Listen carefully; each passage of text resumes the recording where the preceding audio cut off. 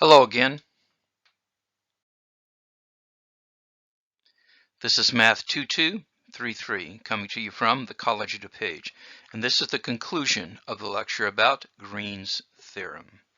As always, please be an attentive learner while watching this video.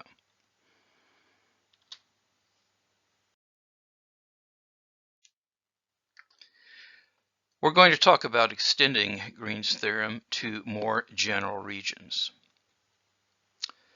Although we proved Green's theorem only for the case where D is simple, we can now extend it to cases where D is a finite union of simple regions. For example, if D is the region shown below, this one here, this is not connected because if you took a point here and a point here, only way you could connect them is to go outside of the region. So if D is the region shown there, we could write D as D1 union D2, where D1 and D2 are both simple. So you see what we do is we're cutting it at the place where the problem happens, and we're going to have D1, and we're going to go around this curve again. As we're walking, the D is on the left, so we go down here. Well, we've cut it here, so then we go up here and then we go around. So you see I've turned D1 into a simple region. Likewise, I have turned D2 into a simple region because I can go around this way, and this way. And again, it's always on the left. But notice that if this is C3, this is minus C3. So what we're going to be able to do is to calculate, and so and by the way, D1 and D2 are disjoint. So anyway, here's what we have. So the integral over C1 union C3 is equal to, and this is the D1, so this is C1 union C3, it's this. So that's the line integral around that curve is equal to the double integral on D1 of the partial of Q with respect to X minus the partial of P with respect to Y with respect to the area. That's Green's theorem. Similarly, I can apply Green's theorem to D2 and getting this. Now, it's not going to surprise you when we start computing these line integrals that these two are going to cancel out. That's what will happen. So if you add those two equations together, the integral along C3 and minus C3 cancel, so you get the integral over C1 union C2 of this expression of the line integral is equal to the double integral here, and that's Green's theorem for D equal D1 union D2, since its boundary is C1 union C2. Now the same sort of argument allows us to establish Green's theorem for a finite union of non-overlapping simple regions. So for example, and including one that would look like this. So you see there's several places where you have problems, but you just slice it. You draw a line there, you draw a line there, you draw a line there. And so what we're able to do then is we're able to go around one thing this way. So Green's function is valid, and we're able to go around this one.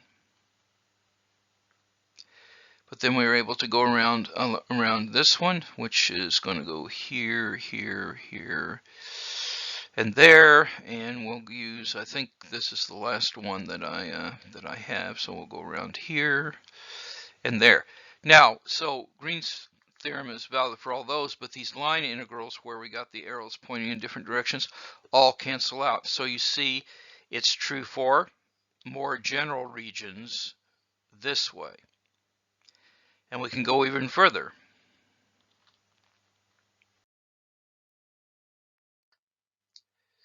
And I guess the thing that I'm going to do before we go even further is let's do a problem. Now, normally I would say, oh, you know what to do, give it a go. I would encourage you to try this. But anyway, we're integrating over a closed curve C, where C is the boundary of the annular region D in the upper half plane between x squared plus y squared equals 1 and x squared plus y squared equals 4. Now these equations are circles. This is the circle centered at 0, 0 of radius 1. This is centered at 0, 0 of radius 2. So that annulus looks like this. And if you think about what you're trying to compute, you're going around this way, around this way, around this way, around this way, and around this way. But you see, you have a problem because this isn't too simple, because the point here and the point here, the line goes outside. Well, we've already shown how we can do that, and in fact, it's nicely done here because I can do it this way. I can go around here, this way. I was going up on the y-axis, so it's good for that portion. And on this side, I will go here, here, here. And I'm going negative on the y-axis, so you see those will cancel out again. So let's work the problem now. Notice that although D is not simple, the y-axis divides it into two simple regions, and I talked about that already. And this is what the region D is, and it's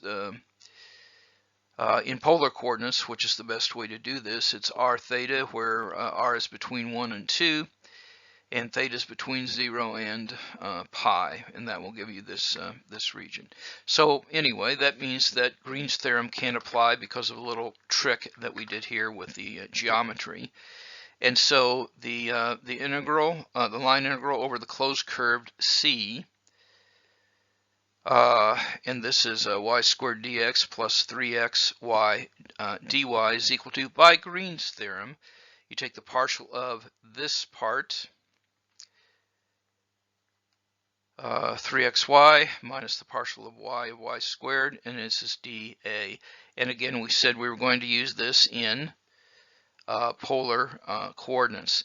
Now, what happens is when you take the partial of this with respect to x, let's see, you get, this is 2y and that's 3y, so 3y minus 2y is just y, and this is dA. So that's what we're left with after we simplify that. We take the derivatives and we simplify. So then this is going to be, we change to polar coordinates, we're integrating over those regions.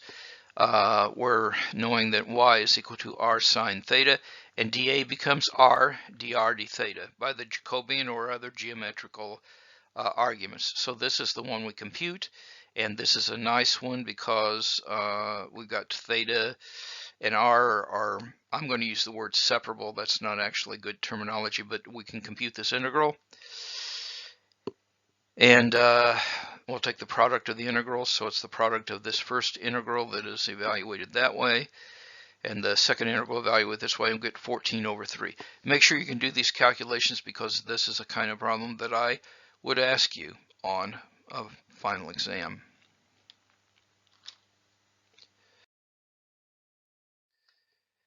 And we can even extend Green's theorem even further to apply to regions with holes. And so here's a hole, and we're going to use the same trick. So we got a hole that's in there, but what we're going to do is we're going to slice it into two pieces, and I'm calling this d prime and d double prime. That has nothing to do with derivatives, that's just the notation. So you see what I have here is I'm going around this way, and I go around the curve, and then I go this way.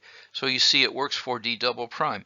It also works for d prime because I start here, go this way, and around that way.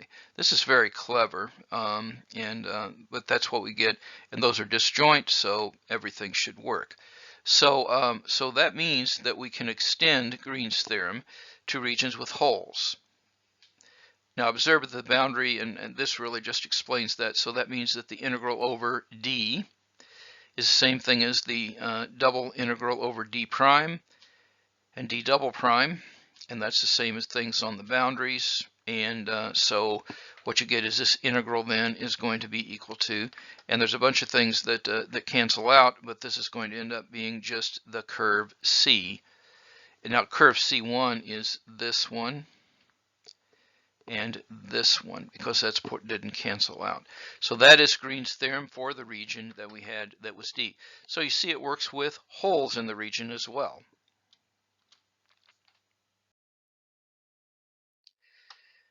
And here's a problem that ordinarily I'd say give you a charge to do it. You actually know enough, and you should pause it yourself to do that. But I'll read this anyway. So if capital F of xy, and this is a vector function, is minus y in the I direction, and I'm dividing this x squared plus y squared in both. So this is minus y over x squared plus y squared plus, and then this is in the j direction, this is x over x squared plus y squared. So that is the capital F vector valued function that we have. Show that this integral over c of f dot dr is equal to minus 2 pi for every positively oriented simple closed path that encloses the origin. So that's if the origin is included. Now, this is kind of an amazing fact because you see we're saying it's true for any c, and it's true for this potential function. And this is kind of a surprising theorem. Let's talk through why this is true.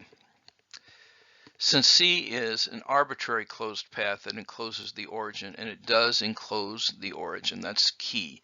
And we get a different answer if it doesn't enclose the origin. It's difficult to compute the integral directly, but let's consider a counterclockwise circle C double prime with center at the origin. So you see this is the arbitrary C. We don't know what it is, but we say since C contained the origin, I can make a smaller circle called C prime, and this is oriented counterclockwise there. So we consider that circle C prime with center at the origin and radius, and we'll just call this radius A, where A is chosen to be small enough so C prime lies inside C, and we talked about that. So we let D be the region bounded by C and C prime. So D is the part here with the hole in it. And we can observe that it's a positively oriented boundary is C union minus C prime. You see here I have to go the other way to have it on the left for my orientation. So the general version of Green's theorem applies. So we can say that the integral of the line integral around C plus the integral around the minus C is equal to the double integral on the region D. So you see we had to use the very extended version of Green's theorem. But now I can compute these because I had minus y over x squared plus y squared is what we called P. When I take the derivative of that, and you want to check this calculation, but this is what you get. And the partial with respect to Q, and Q is what is dy, and so that is x over x squared plus y squared. That's the component. So we take the partial there, dA. Well, okay, so, but when we look at this partial is the same thing as that partial. That means this integrand is identically 0, so the integral is 0. So that means that the integral over C has to be equal to the integral over C prime. Now remember we were going over minus C prime here, so that's what you're doing. So those two are equal, and that is that the integral around C f dot dr, which is the same as this, has to be the same as the integral over, and this is over C prime. It's hard to see this, but this is C prime f dot dr. But the integral over C is you're just going around the circle once. You can parameterize it using polar coordinates and so on and so forth, and you calculate that. And again, you have to use these values up here, but you got r squared, and this is r sine theta, and what you get is that is equal to 2 pi. So you see this integral is equal to 2 pi for any positively oriented closed curve that encloses the origin. Really think about this example, please. Someday, if and when you study complex variables and study the Cauchy-Gaussian theorem, I hope you remember this problem.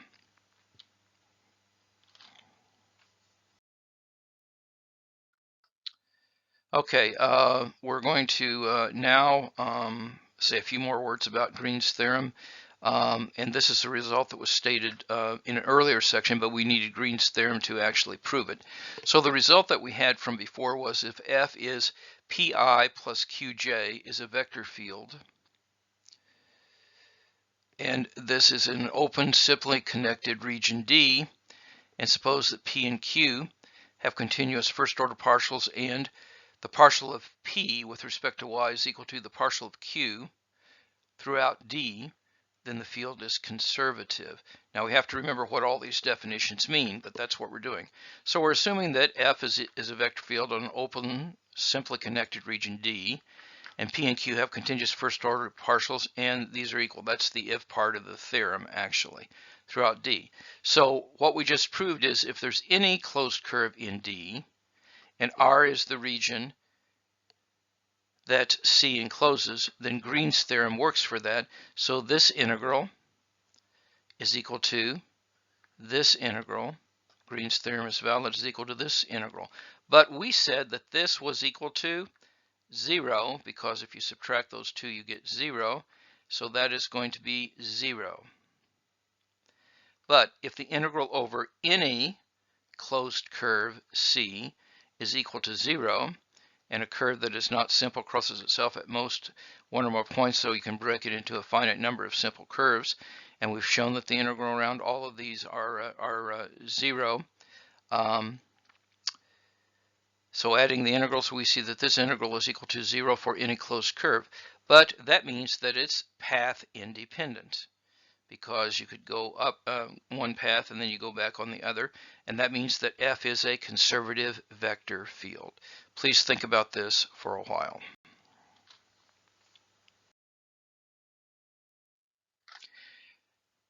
I'm also going to note in passing that there are vector forms of Green's theorem.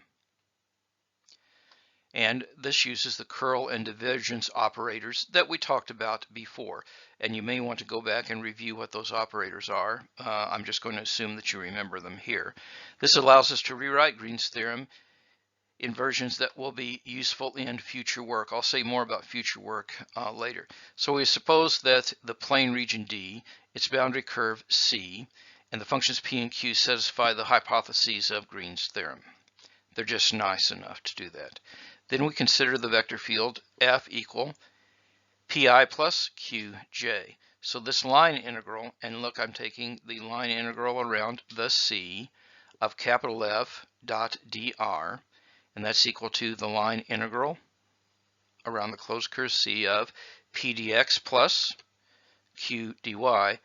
And you see I'm taking this, so F was Pi plus Qj, but dr is dx in the I direction and dy in the other one.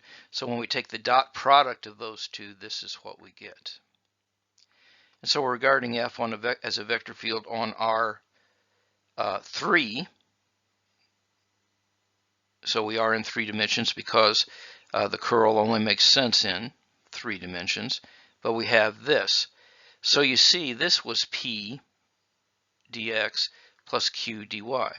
But if I calculate what the curl is of F, remember that was I, J, K. This is a stylized determinant. This was the partials with respect to X, Y, and Z, and we put P, Q, and 0 there. Now notice that that's actually going to have an impact having 0 there, that the curl was equal to, and if we calculate that, you see what's going to happen, and you should calculate this determinant, but you get the partial of Q with respect to X minus the partial of P with respect to Y in the K direction. And you really should do this calculation to verify that. But that means that the curl of F is equal, the curl of F dotted with K is equal to this. You see we had the K, and then dotted with K. K dotted with K is 1, so that's this. So we can now rewrite the equation in Green's theorem in vector form, saying that this is what we started up with here. is equal to the double integral over, and this is going to be the curl of f dotted with k, and that is dA. And that is a vector form involving the curl, and that's what Green's theorem says. So this is true by Green's theorem if D and C are as we hypothesized.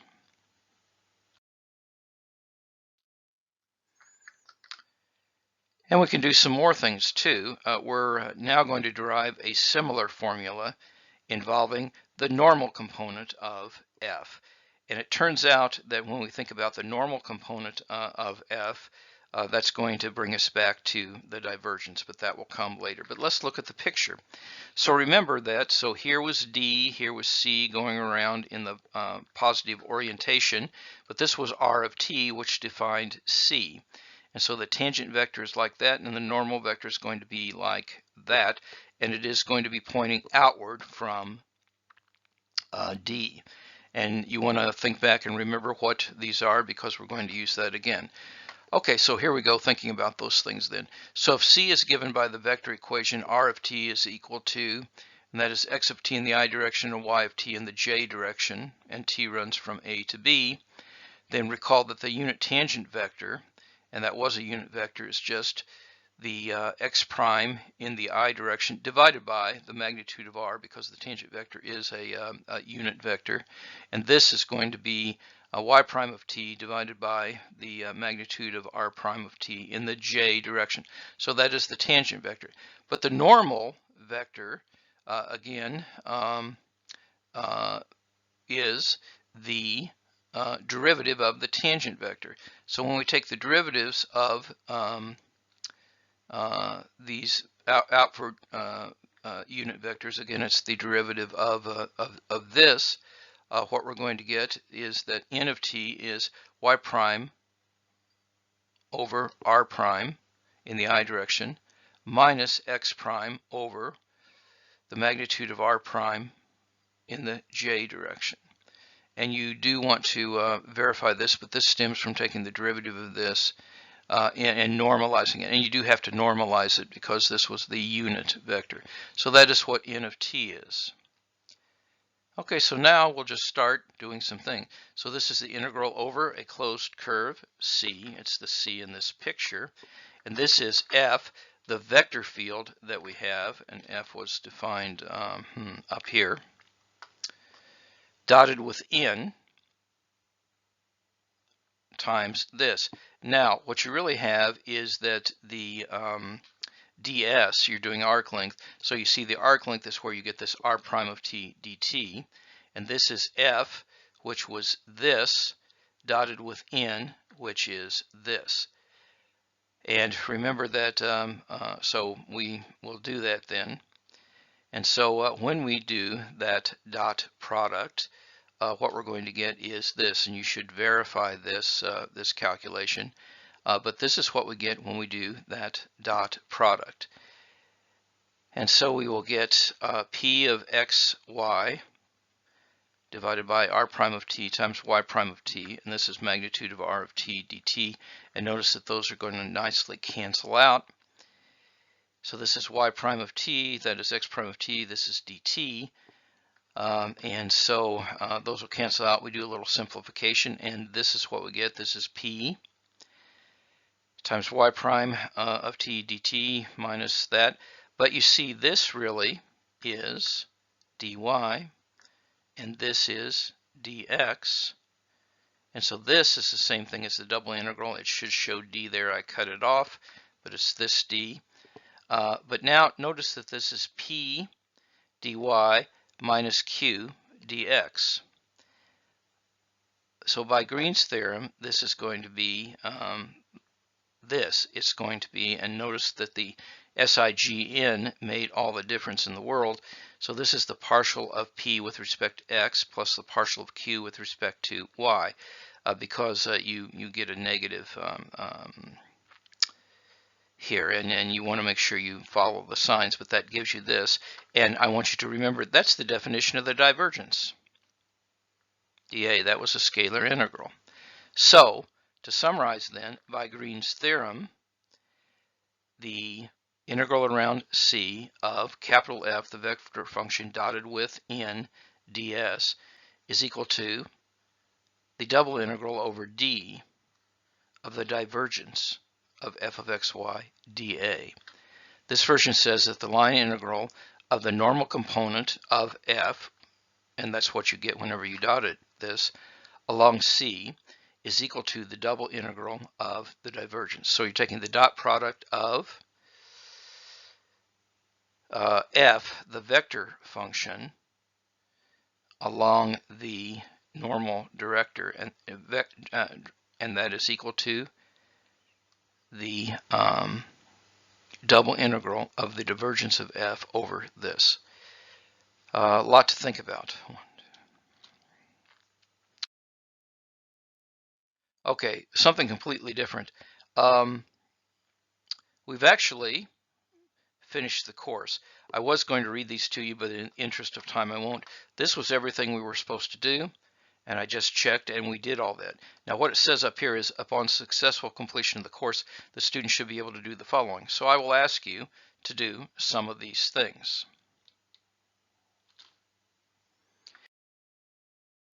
And we also had a topical outline. I was going to read this, but you can read it yourself. This is what I told you in the syllabus. And so we start here, and we do all those things. We go down to here. And the final thing in this list is Green's theorem in the plane. And we just finished that. Now, you might be saying, but we have 1½ weeks left of content contribution possible. And I plan to give you that. So here's what I'm going to be doing. I'm going to be telling you some things about, in fact, I guess I have to write the final, but I'm going to be telling you some things back here that will be of special interest to you. And just so I don't get bored doing that, I hope to give you some optional enrichment topics that are things that are covered in the course at the College of DuPage called 2235.